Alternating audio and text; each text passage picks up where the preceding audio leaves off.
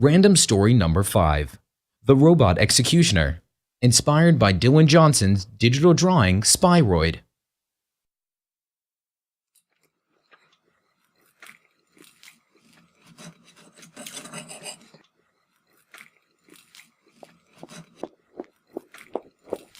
Excuse me, Mr. Alistar.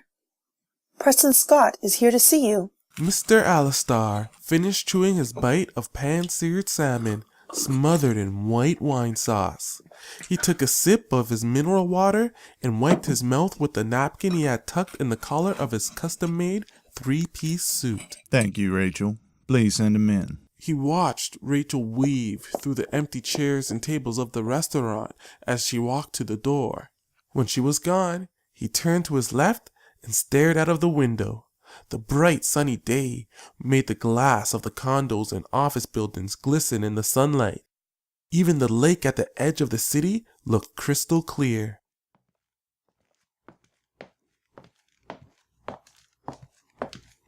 Good afternoon, Mr. Alistar. How are you? Mr. Alistar turned to see a man in his early 30s standing beside him. He had a clean-shaven head and was wearing a dark gray suit with a matching tie. He reached out to shake Mr. Alistar's hand. Well, Preston, that depends on what news you have for me. Did the bill pass? Said Mr. Alistar as he shook Preston's hand. Yes, it did, sir. By a very close margin. Bill T326 is now officially a law. Mr. Alistar turned towards the window again and looked outside. After a few moments, he turned to face Preston, this time with a big smile on his face. Sit down for a moment, Preston. You're not too busy, are you? No, of course not. As he started to sit down, he accidentally hit the table, rocking everything on it, and almost spilling Mr. Alistar's mineral water. Oh, I'm sorry, sir, Don't worry about it, Preston. Mr. Alistar then turned his head towards the rest of the restaurant. With a bellowing voice, he called for Rachel! Yes, Mr. Alistar. Can you please bring a bottle of Philip Montague white wine? Rachel nodded again and walked briskly to the door. They both watched her walk away. You look nervous, Preston. Why is that? Said Mr. Alistar, noticing that Preston was fidgeting with his hands. Well, to be honest, sir, I've been working for Alistar Robotics for about 10 years, and have been working for you directly for the last 4 of them, and not once have you invited me to sit with you for lunch. On top of that, you ordered us one of the most expensive wines to drink and— Wait a second. I never said you could have any wine. The smile from Preston's face vanished. He turned beet red from embarrassment. Mr. Alistar's stern frown slowly changed into a smile until he couldn't hold his laughter in any longer. I'm just kidding with you, Preston. Of course you can have some. Today is a day to celebrate. Rachel returned with a gold-colored glass bottle. She poured some of the contents into their wine glasses and then started to walk away with the remainder. Rachel, you can have a glass of that too if you like. Thank you, Mr. Alistar. Preston, do you know what this law means to us? Well, it means that the government has allowed the use of artificially intelligent, self-reliant robots in the military. Since we are the biggest robotics company in America, we should be the biggest benefactors of this decision. You are absolutely right, Preston. But it doesn't stop there. Using the robots in the military is just the beginning. It's the gateway drug. Once they see the benefit of having robots handle their infantry, they're going to be addicted. They will replace entire armies. Then they will want to use them as police officers, then at airports, then as firefighters. Before you know it, everyone in the world will demand to have one of our robots in their homes. That sounds impressive. It sounds very impressive. You know what sounds even more impressive? Bradley Alistar, the richest man ever. Has a nice ring to it, doesn't it? Preston nodded his head in agreement. Mr. Alistar picked up his wine glass and held it towards Preston. Cheers to that. Preston raised his glass and clinked Mr. Alistar's with it. Cheers.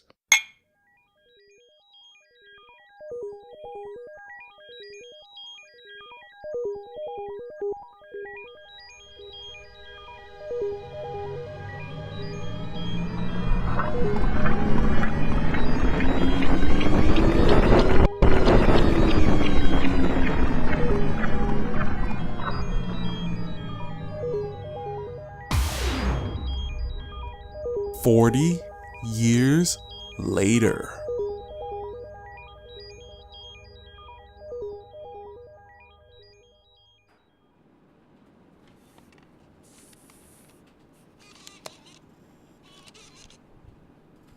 Peter Turner stepped back to take a wider view of his creation. He smiled proudly. His homemade imitation of a standard Alistar Robotics S360 robot, the most commonly used robot on the planet, was almost complete. Years of toil in the secret room he built in his basement were about to pay off. All he needed was his son to finish programming some of its functions and test it out. He noticed a smudge on the shoulder. He grabbed a piece of cloth hanging off the edge of the table and rubbed it off. He was only satisfied when the green surface shone with the bright light of the room glimmering off it. Just as he was about to grab his screwdriver to tighten a loose screw, a knock on the other side of the wall startled him. Dad, you gotta see this on the television. You need to see this now. Something in his voice made the request sound urgent. Peter walked around his robot, between his table full of high-tech instruments and the wall of monitors connected to his high-tech computer. He passed the large 72-inch monitor. He passed the robotic arm and other high-tech items that would normally be found in the most prestigious research and development facilities. When he reached the wall, he pressed a button that was located under a family portrait. Almost immediately after he pressed it, the wall started to turn around. It opened up into his basement living room. When the wall turned 90 degrees, he stepped off the rotating platform. The moment both of his feet were off the platform, the wall started to rotate back into its original position. This room was in stark contrast to the one he had just left. It was low lit with a hardwood finish. Black leather couches, a couple hunting trophies on the wall, and even a homemade bar at the back. The most technologically advanced items in the room were the flat screen television and the laptop his son Lucas was using on the coffee table. Look at the TV. His son, dressed in his favorite cargo shirts and band t-shirt, had a look of worry on his face. When Peter turned around and looked at the television, he saw why. On the screen was a news reporter talking in front of a massive mansion. The caption at the bottom of the screen read, "Breaking news. Bradley Alistar dies at age 83. It's unclear exactly what time Bradley Alistar passed away. The exact cause of death is unknown. We do know that his family, including his son Frederick Alistar, arrived here by private helicopters from various places around the country earlier today. Frederick Alistar will most likely become the head of the biggest corporation in the world, Alistar Robotics. Frederick will be addressing the public shortly. As soon as he steps to the podium you see behind me, we will be the first to bring it to you live at SBD News. James, back to you. Damn it. This is not good. Whoa. As bad as it sounds, the last thing I would expect for you to say about Bradley Alistar's death is that it was not good. Believe me, I won't shed a tear for Bradley Alistar. But Frederick is much, much worse. Before Peter could say anything more, the news broke to footage of Frederick walking to the podium, surrounded by his family. He was dressed in a navy blue three-piece suit, looking like he was pulled out of an important business meeting. His face was flush with the emotions of his family's loss. At 3:23 this afternoon, my father, Bradley Alistar, passed away. As many of you know, he was a great man. He was my hero. He paused for a moment and looked away from the camera. He took off his glasses and wiped his eyes with the handkerchief in his pocket. Peter chuckled cynically. Apparently, Frederick has hired a good acting coach. When Frederick regained his composure, he continued. He touched the world like no man had before. Many people around the world will be grieving alongside our family. Please, we ask for you to respect the privacy of our family and let us grieve in peace. I'll address the future of Alistar Robotics sometime next week. This changes everything. We have to put our plan into motion now. You're kidding! Chuck's not ready yet! We haven't had a chance to test him out or finish the artificial intelligence program. Peter lifted the trophy that was on top of the fireplace. He pressed some numbers on a keypad. When he was done, the wall opened up, allowing him into his laboratory again. It doesn't matter. We can't wait anymore. Will you be able to hack into their system and get the authentication codes? Lucas stood defiantly between the two rooms, forcing the wall to remain open. I am not taking one step into that room until you tell me what the hell is going on. You've been working on Chuck forever, a robot that can infiltrate and destroy Alistar Robotics from within. We've been thinking about taking them down ever since I could type. Why would you risk all of that hard work and rush it? Why is this death such a game changer? Peter sighed and rubbed his head in frustration. Alright, sit down and listen. He pointed to the couch.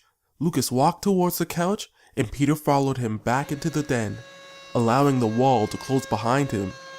When they sat down, Peter looked flustered. Come on, Dad. Just speak. We don't have all day, you know? Alright. You know I've been an anti-robot advocate for a long time. You know about the philosophical reasons why having robots so integrated into our society is the downfall of the human race. However, you may not know the reason I became an anti-robot advocate in the first place. When I was growing up, I was obsessed with robots. I devoured every bit of information I could about them.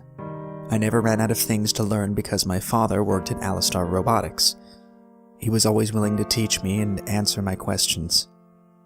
When I went to Cryotech University, which had the most prestigious robotics program in the country, I met Frederick Alistar.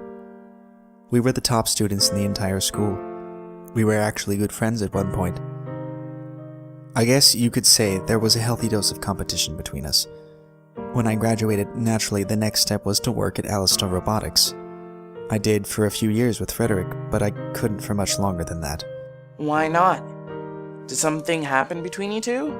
Frederick is a sociopath. He only cares about himself and his success. Sometimes I wonder if we were ever really friends or if it was just a game of keeping your enemies close. Anyways, my father had a good friend named Preston Scott. Preston worked directly with Bradley Alistar.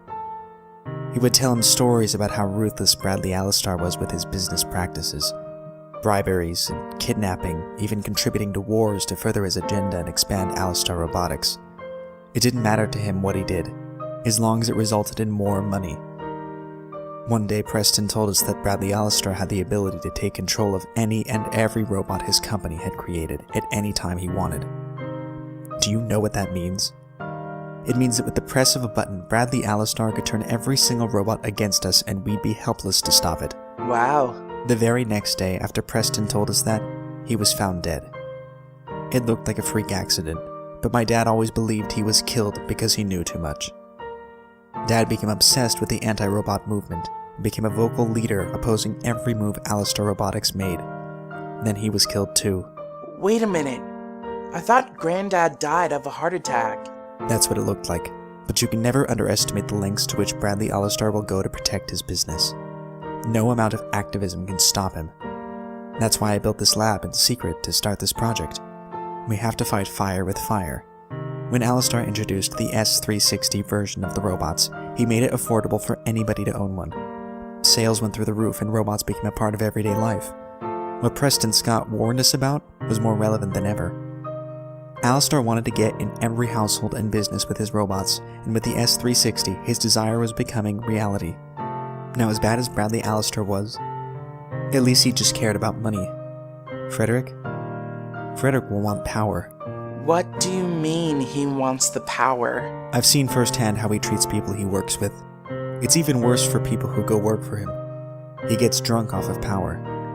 To be able to control any and every single robot at any given moment is a power that would be impossible for him to resist. I can't imagine what he will do with it. I didn't know all that. Now do you understand why we can't wait? The moment Frederick becomes CEO of Alistar Robotics, he can press that button at any time. The people will have no chance. Why didn't you tell me this before? This makes the movie so much cooler! A movie?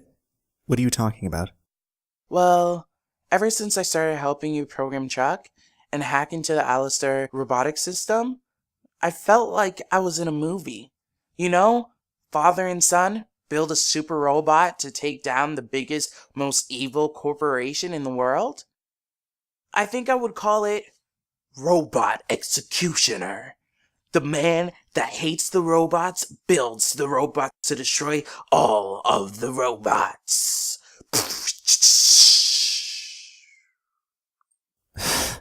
I thought making the world a better place was enough motivation, but I guess having a blockbuster movie about us works too. Peter put a hand on Lucas's shoulder. The smile on his face slowly vanished. He looked into his son's eyes, dreading what he was about to say next. I know I've put a lot of pressure on you to help me with this, and you've helped me more than you could ever know. But now I need you more than ever. I need to make sure that you are with me on this one. For sure, Dad. I'm in. Let's do this.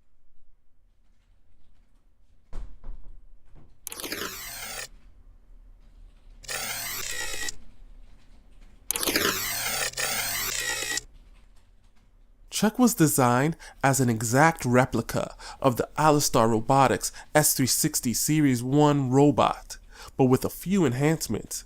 It could jump much farther, run faster, and had better scanning capabilities, and was an overall more superior robot to its Alistar Robotics counterpart. It also had two unique accessories. One was a virus that Lucas created. With a simple hack, upload, and execution, they could destroy everything the Alistars had built. They just needed to get to the main computer. The other accessory unique to Chuck was a gun. One of Peter's friends in the anti-robot community modified it to be able to shoot live bullets and pulse beams. These pulse beams were harmless to humans, but when shot at anything electronic, it would fry the inside of that device, making it completely useless. When Peter used that function, he called it EMP mode. It would be vital in trying to get past any robots that were guarding the facility. As they worked diligently on making sure all of the other vital programs were functioning properly, they also listened to the news to hear any updates concerning Alistar Robotics. At around midnight, just as Lucas finished uploading the driving program onto Chuck, there was breaking news.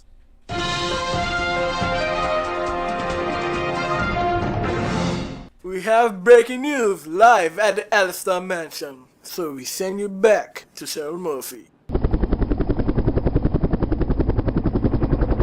I am standing in front of Bradley Alistar's mansion. As you can see, a helicopter has just landed.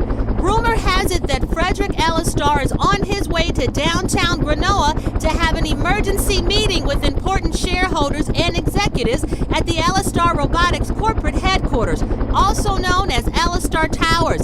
And The reporter paused as she was distracted by something off camera. Then she turned around to look towards the helicopter. oh, you can see Frederick Alistar running to the helicopter now. The camera zoomed in on Frederick Alistar running to the waiting helicopter. The wind from the spinning propellers made Frederick's suit jacket flap wildly. He blocked his face with his arm to protect it from any dirt that swirled around in the air. This could be happening sooner than we thought. We have to get to Alistar Towers now. Wait a sec. I thought we were going to spread the virus at the manufacturing plant where they program all of the robots. No, this meeting must be about officially giving him control of the company. He'll gain as much access to the system as his father had. The computer in his father's office will have everything we need. Trust me, he's not wasting any time.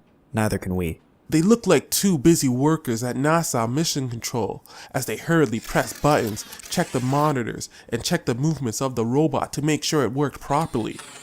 Alright, let's go. But Dad, there's still so much left to test. We don't have time for that. I'm controlling Chuck manually, so we'll be fine. Chuck's vision was displayed on a monitor using the cameras in its eyes. Peter sat at a desk with that monitor and a multitude of buttons and joysticks. It looked like a very complicated arcade machine. They could use these controls and monitors to move Chuck wherever they wanted it to go from the comfort of their own home. Peter used one of the joysticks and a different combination of buttons to walk Chuck out of the room. They held their breath with every step it took towards the wall. Every simple task it completed, like pressing the button, walking through the living room, walking up the stairs, opening the door, and walking outside, was a small victory of years of hard work. Chuck connected wirelessly to Lucas's motorcycle, and Peter controlled it as it drove downtown. Peter and Lucas watched the monitor intently as Chuck drove out of their suburban town and down the highway. Some of the things they saw along the way disgusted Peter. Chuck drove past robots as policemen, robots walking dogs, robots going for late night jogs with their owners just to keep them company, robots as bouncers at clubs, and robots doing late night construction. He pitied how gullible his fellow human beings were for giving robots this much liberty to influence society. It made him even more determined to make sure that Frederick Alistar didn't exploit their naivety more than the Alistars already had. The bright lights of the city greeted them as they entered the core of downtown Grenoa. When Chuck was a couple blocks away from Alistar Robotics towers, it parked its motorcycle in an alley. Just as it left the alleyway and started walking towards Alistar Robotics headquarters, Lucas remembered something. Wait a minute. The passcodes that I have were meant for the factory. There's no way that they will work at the tower. Chuck won't make it through the front door. Peter thought about it for a second, then slammed his fist on the table. Damn it. You're right. We can't risk it. Who knows what they'll do if they find an unauthorized robot trying to enter the towers. Chuck turned around and walked down the block, scanning the area for another way to get into Alistar Towers. A couple blocks ahead, they saw another robot in a security uniform. It looked like it was on patrol. By law, all robots had to have identification info easily accessible, usually by wireless connection. Lucas used Chuck's scanner to find out more about the robot. It's security for Lionheart Financial. They own a building that is really close to Alistar Towers. Alright, maybe that's our way in.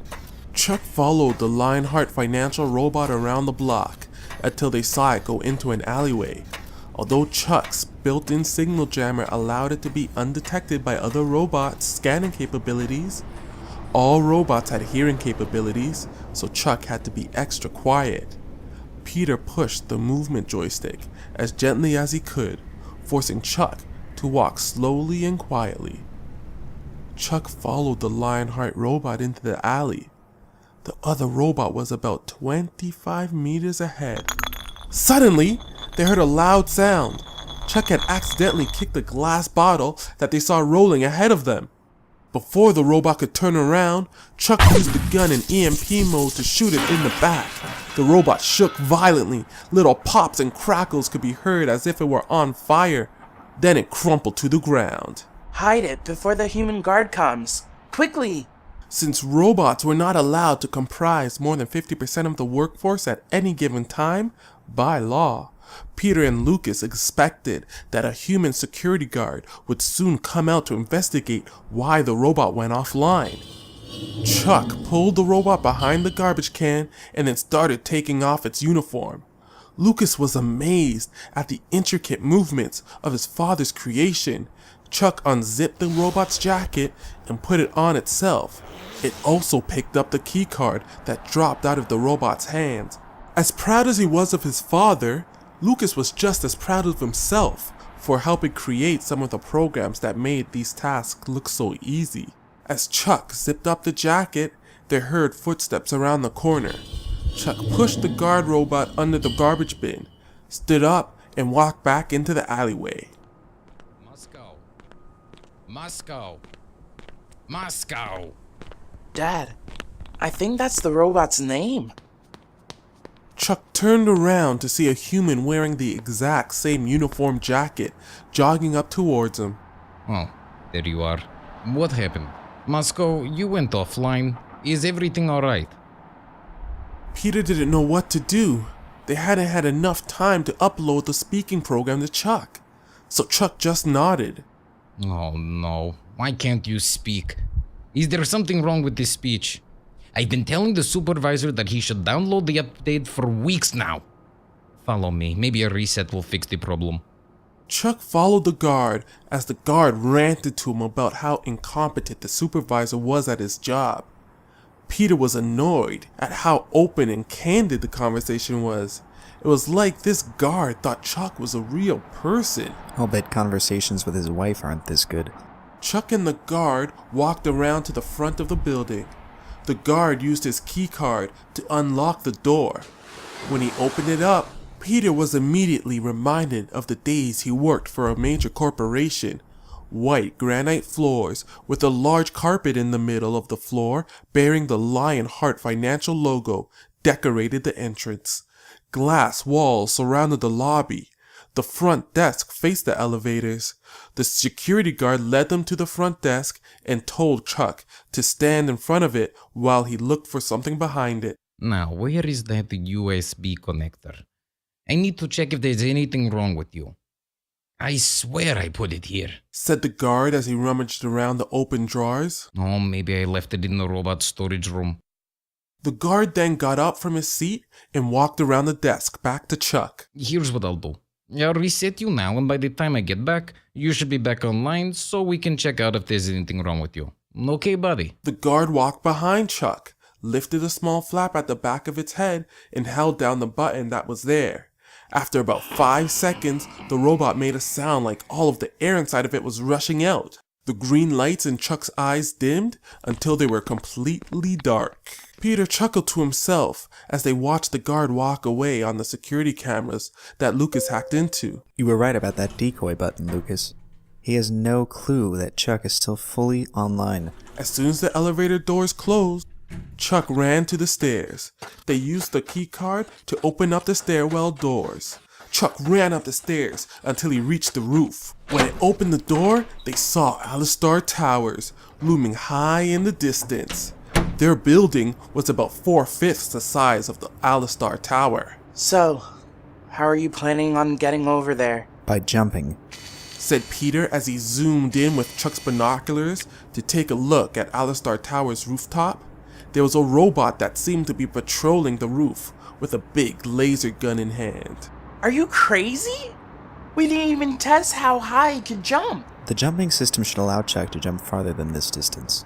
We have to trust our work. I hope you realize that if you miss this jump, everything you've worked for will end up in bits and pieces on the street. There were 3 buildings, plus a street, between the buildings Chuck was on and Alistar Towers. After taking a look at the blueprint of the building, Peter decided Chuck needed to crash through the top floor window to get to the CEO's office and upload the virus. Chuck took off the Lionheart Financial jacket and took out its gun. It hopped over the edge of the building to the roof of the neighboring one, which was a couple floors lower. Peter pushed the joystick forward as hard as he could. Lucas held his breath as he watched the screen. The city sky zipped by in a blur as Chuck sprinted, gaining speed with each and every step. Just as he got to the edge, Peter slammed his fist on the jump button. They heard a sound that sounded like a cannon firing. Chuck launched into the air. They held their breath as they watched Chuck soar higher, higher, and higher, higher than even Alistar Towers. Frederick Alistar's helicopter was on the roof's helipad, guarded by 3 robots.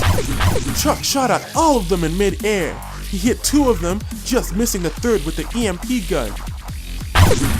Chuck started to descend just after clearing the helicopter. When it landed on the rooftop, Chuck's momentum caused it to roll. Peter tried to control it, but it was no use. They watched helplessly as the screen looked like a confusing whirlpool of gravel and sky. Finally, Chuck stopped rolling. They breathed a sigh of relief when it looked like Chuck was working fine. It had stopped rolling right at the edge of the rooftop. Another roll would have sent it plummeting to the ground. They saw that the robot that Chuck missed hopped down off the helipad and ran towards Chuck. Chuck shot at it before it could even fire 1 shot. Chuck then ran to the rooftop door and kicked it open. Inside the stairwell was another robot. Before the robot could turn around, Chuck shot at it. There was another robot guarding the door to the floor below them. Just as it started firing its laser gun, Chuck dove to the side and shot the guard. It fizzled and crumpled down to the floor. Dad, you're amazing at this. Yeah, I am. I guess all those hours playing Call of Duty 23 paid off. That game is such a classic. Chuck continued down the stairs to the door. It kicked the door open and stepped into the hall. Before it could even get another foot in, they heard a robotic voice say, "Hostile, engage." Chuck stepped back into the stairwell just as a hail of laser beams whizzed by it, breaking the glass window at the end of the hallway. Chuck peeked around the corner and took a snapshot of the positions of the robots. Then he ducked back in just as another laser beam whizzed by. Chuck used the photo to stick the gun around the corner and aim at the hostile robot's exact position. It quickly shot 4 times. When Chuck stuck its head back into the hallway, the 4 robots were crumpled to the ground in a heap of metal. That was awesome! You weren't even looking! Frederick must be in that boardroom the robots were guarding. Chuck walked towards the boardroom, passing another hall along the way. The CEO's office is at the end of the hallway, said Lucas, looking at a blueprint of the building on one of the monitors. Bradley Alistar's computer must be there. Go there so I can plant the virus on the system. Peter ignored him and continued to the boardroom. What are you doing? Just trust me, son. Chuck kicked in the door and walked into the room. 12 startled businessmen were sitting at a long wooden table. What the hell? Yelled the man at the head of the table. It was Frederick Alistar. The man stood up, yelling, "Shut down! Shut down! Shut down!" With every step that Chuck took towards him, his confusion turned to fear. A70THA456. A70THA456. Lucas guessed it was some kind of override code. Dad! There's no way for me to get into the system here. Let's get to Bradley Alistar's office before more robots come. We won't have to worry about that. Lucas looked on the screen to see that Chuck was standing in front of Frederick with the gun pointed at him. He also noticed that the type of ammo had changed from EMP to live bullets. Frederick tried to step back, but he ended up falling back into his chair. He turned to say something to the man in the room. Before another word came out of his mouth, Chuck shot his gun 3 times right into Frederick's chest. The men in the room screamed. Some ducked under the table. A few ran out of the room. Lucas looked at his father in disbelief as Peter looked intently at the screen. He seemed to be relishing it, staring sinisterly at the image of Frederick Alistar's lifeless body slumping in his chair. Dad? Peter seemed to wake up from whatever trance he was in. He then pushed his joystick forward as far as it would go. Chuck sprinted towards the window and crashed through it. As Chuck plummeted to the ground, Lucas stared at the screen in disbelief.